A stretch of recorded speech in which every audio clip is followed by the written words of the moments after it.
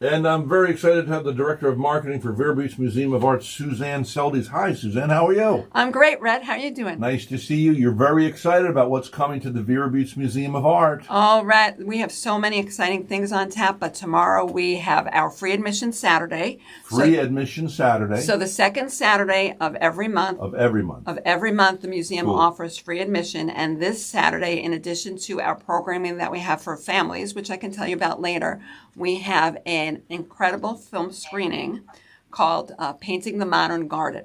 And it's going to be in our Lenhart Auditorium at 1:30. The film screening is free, and it's really going to be a great prelude to our exhibition that's opening in February, which is the Impressionist paintings and sculpture French moderns, which is really that expanse from Monet to Matisse that really launched modernism in art. Works from the 1850s through the 1950s. And who hasn't seen Monet's bridge, right? That famous bridge and garden. Indeed, indeed. And what's interesting about the film screening that we are going to air tomorrow is that we do get a chance to look at the gardens, and we explore the French painters of that time, Monet, Matisse, Van Gogh. We're looking at how those gardens influenced them, not just as a landscape setting, but really how it created a way and an environment for them to think creatively and to use different lighting and to use different styles, and really how it came together to not only be a source of inspiration, but also a place where they can really be more creative and explore different styles of art. So it's going to be fascinating. And that's intriguing because, I was watching the movie on Van Gogh. I forget who the actor was that portrayed. It was excellently done a couple of years ago. He's sitting at a table, so he asked the lady, and I don't know if it was presumed that was the lady he cut off his ear for or whatever, but he says, "How do you like my flowers?" And so she blatantly says, "Well, I prefer the real ones that he was painting." He said, it was great. He said, "But mine, those will die. Mine are going to last a long time." I thought that was a really cool perspective, Absolutely. And the gardens and the flowers, they had such an impact on that period. When we open the exhibit on February 1st, folks who see the film tomorrow will be able to make connections between what those artists experimented with that they learn about in this movie, and how the nature and how the environment of the garden really influenced the work that they did. And you'll be able to see those real works like the ones you're talking about and get a little bit more perspective, or walk into the exhibit with a little bit more perspective. Now, when we have the exhibit, are they real Monets? Yeah, everything is real. Original. So the exhibition that's coming is an internationally touring exhibition. It opens at the Vero Beach Museum of Art on February 1st, and it'll be here through June 22nd. There are 59 works from artists who have lived or worked for a very long period of time in France. Of course, Paris was really like the epicenter for Western art in that period, and that's where so many of the artists that we have come to regard. They gathered together and had coffee on the street. They gathered together and they experimented with new writers, artists. Yeah, and Hemingway. What's her name? Emily Dickinson. Yeah, there were all these people. So many, and for the painters. They really experimented with really bold styles, very expressive styles that hadn't been done in the art world before. Monet was poo-pooed by the society initially of what would confine or decide what is art and what isn't. Why do you think that was? And yet he opened up. Will you tell me in your words, why do you think Monet was rejected at first, but then embraced? And by the way, if you don't know who Monet is, he's a impressionist. And if you look at some of his paintings, it's like there's a smokiness in the background. It reminds me when I was in college in upstate New York, and after school, in the afternoon, we'd go to Vanderbilt Mansion, and they had these rolling hills going down into the Hudson River, and there would be this, how fall is, and you're back and forth. And I love the smell of notebooks, new books, and pencils, right? And then you're sitting there on your blanket, and you're having afternoon, whatever you're drinking, non-alcoholic.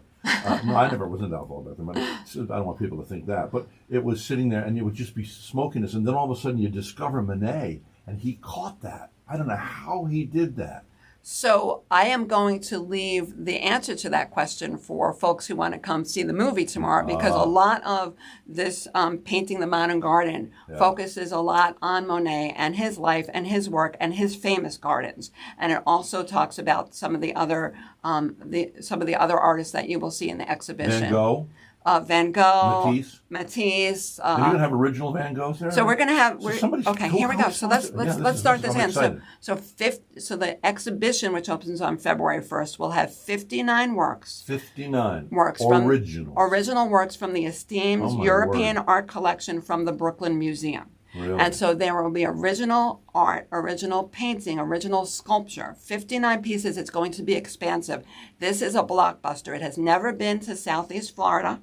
It's the first and only stop of this exhibition in Southeast Florida, and it is going to be phenomenal. Well, I went to the Dali Museum to see the Van Gogh, okay? And you probably saw it too. Well, you get there, I thought I was going to see original Van Goghs, but it's still the film, you know about it, right? You walk in and they have all these multiple cameras, right. which is great. And you got to see a lot of quotes that maybe you don't know from Van Gogh and stuff like this.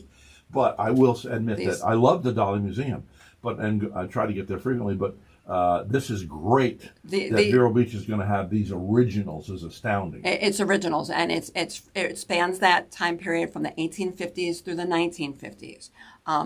Monet to Matisse, all the way through, again, sculpture. There are 4 thematic areas as you tour the exhibition: landscape, still life, portraits, and figures. Docents? This is the best kept secret. You can go to the museum is open 7 days a week. You can go any day of the week at 2 p.m.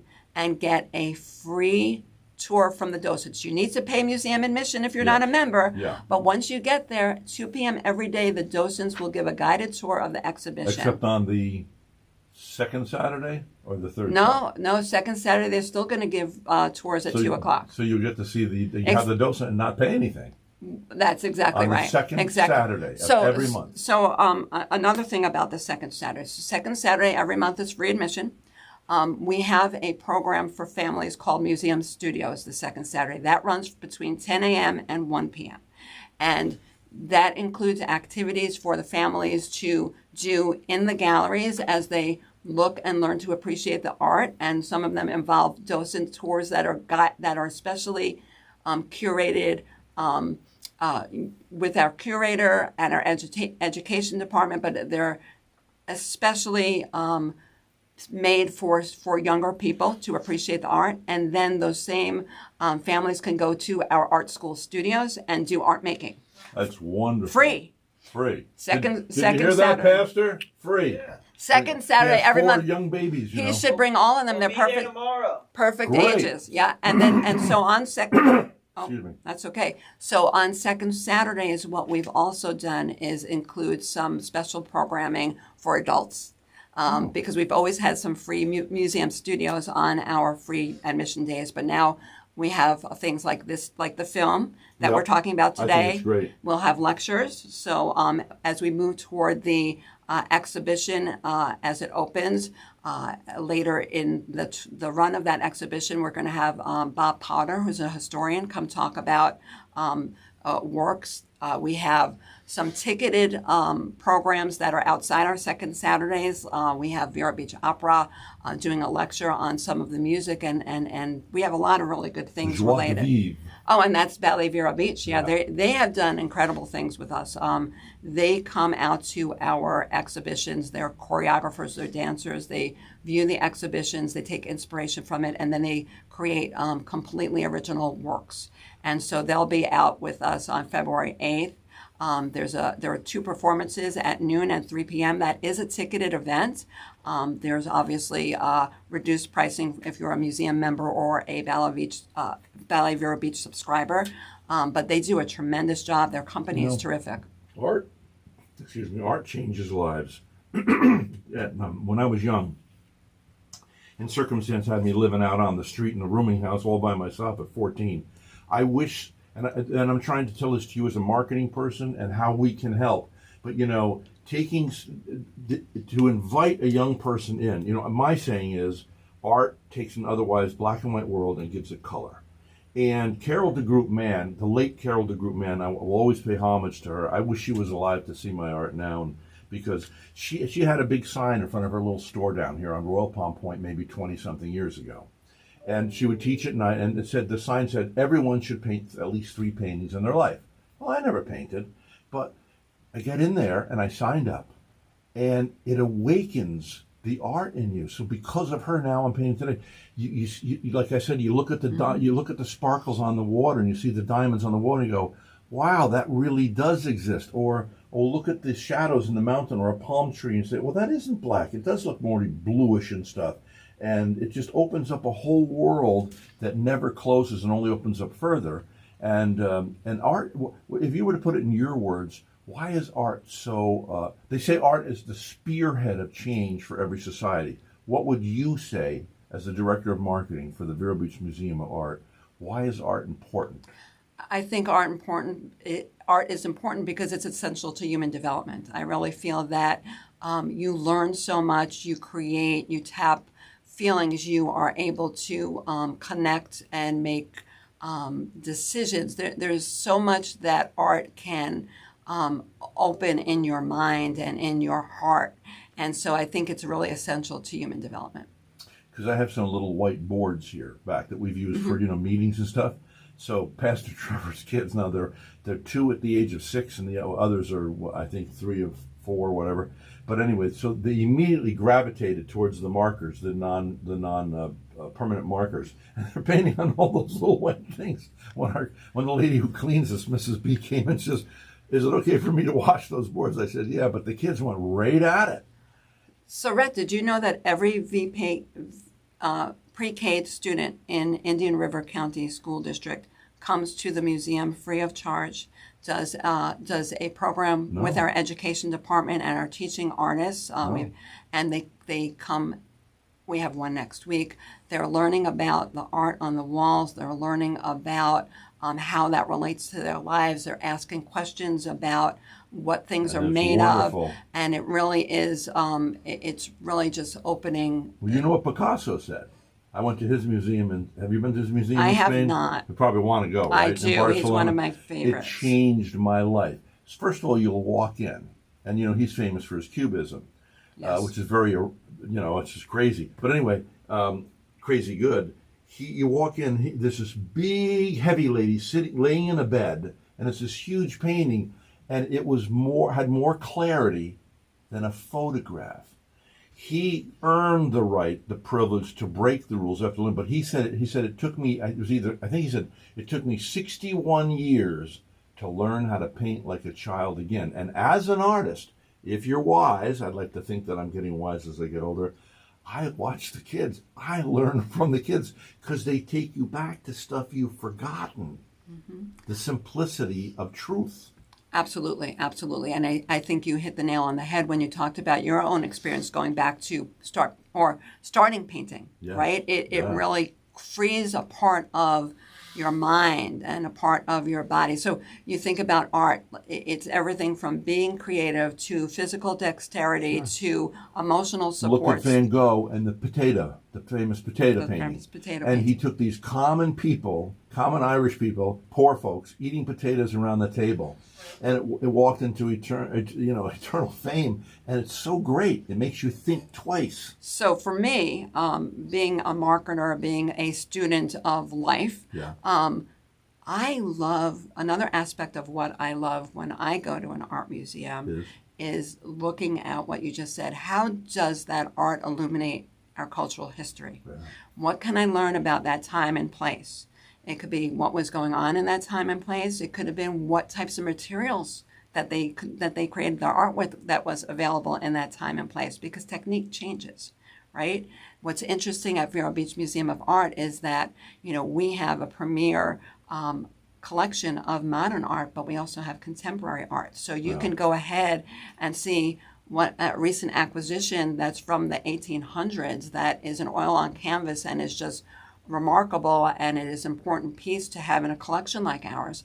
And then you can go in the hallway when you first enter and see digital art, and digital art that actually is based on... I didn't know you were signed, because I do digital art. So we have a Rafiq Anadol, which if you don't know him, please go look him up.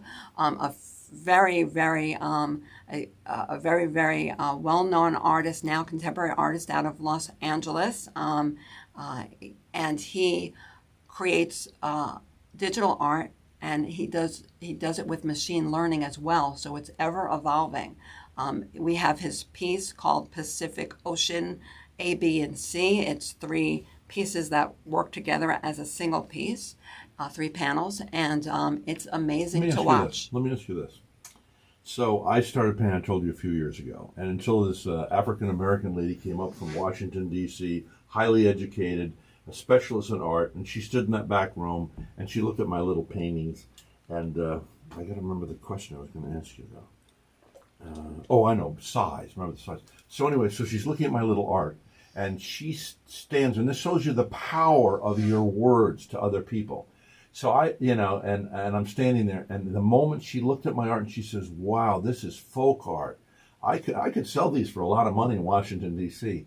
But at the moment she said that, I stand there, I became an artist. I never thought of myself as an artist. I was just fooling around, Mm-hmm. But the moment she spoke that, now here's what I want to know is, so downtown, these ladies from the beach have an art gallery, and right before COVID, they invited me down there. So I'm praying to the Lord above, I said, can I just sell one of my little paintings so I'm not embarrassed? Well, I ended up selling 10 paintings, and 3 of them were these huge ones. Here's what I want to know. We have a graphic artist for Vero's Voice magazine. Yeah. And she came up, and with her husband. Now I had blown, these things have been, put on big canvases and stuff. And so he says, wow. He said, I've seen this on my wife's computer screen. But he says, blowing up, these are great. I want to buy one. Now, so here's what I want to know. Why does it take bigger oftentimes? I mean, like that guy who's famous for covering the trees with the paper mache, and these people come in. Why does it take why is it like a Banksy? You love Banksy? I know. I love it. Banksy, I'm going to boast. This is a boast. It's a big boast. Okay, here comes the boast. But he, or could be she, but I think it's a he, said online, he says, he liked my art. Oh. Yeah, I got a message, a private message. That's awesome. Yeah, are you kidding? See, you're an artist. But let's make no mistake that he has changed. You saw about the painting that he did, and they were selling at Sotheby's for $2 million, and then it was cut up into little pieces, fragments, and now it's worth a whole lot more because he did that. He walked into history with that. And he really makes very great social commentary. That guy's not in it for the dough. Right. That guy's doing a lot of good. Anti-war, peace, pro-peace. I mean... Well, artists come to the medium from a lot of different backgrounds and a lot of different perspectives, and then using a lot of different styles. So everybody's practice is a little bit different. Banksy do a show here? I don't know if he does normal shows, does he? I don't know. That's a good question or for Bob our Dylan? Curator. Well, yes. Yeah. Wow, that would be cool. But anyway, I'm very excited because Matisse, if you were to differentiate Matisse, I'm not as learned in Matisse as I am in Monet or Van Gogh. Well, how would you describe Matisse, and how is he different from those two? Okay, so I really I feel like I'm a little bit out of my wheelhouse here, Wait till I see because the film? you see the film, but I also will bring back our chief curator, Caitlin Swindell. Okay. When we get ready for the exhibition to open. No, that's fine. I don't mind admitting when I don't have enough information. So folks, if you're listening to this, there's an event coming up. Tomorrow's date is tomorrow is January 11th, now, Saturday. This lives forever on the podcast, so we want to make sure if it's January 11th.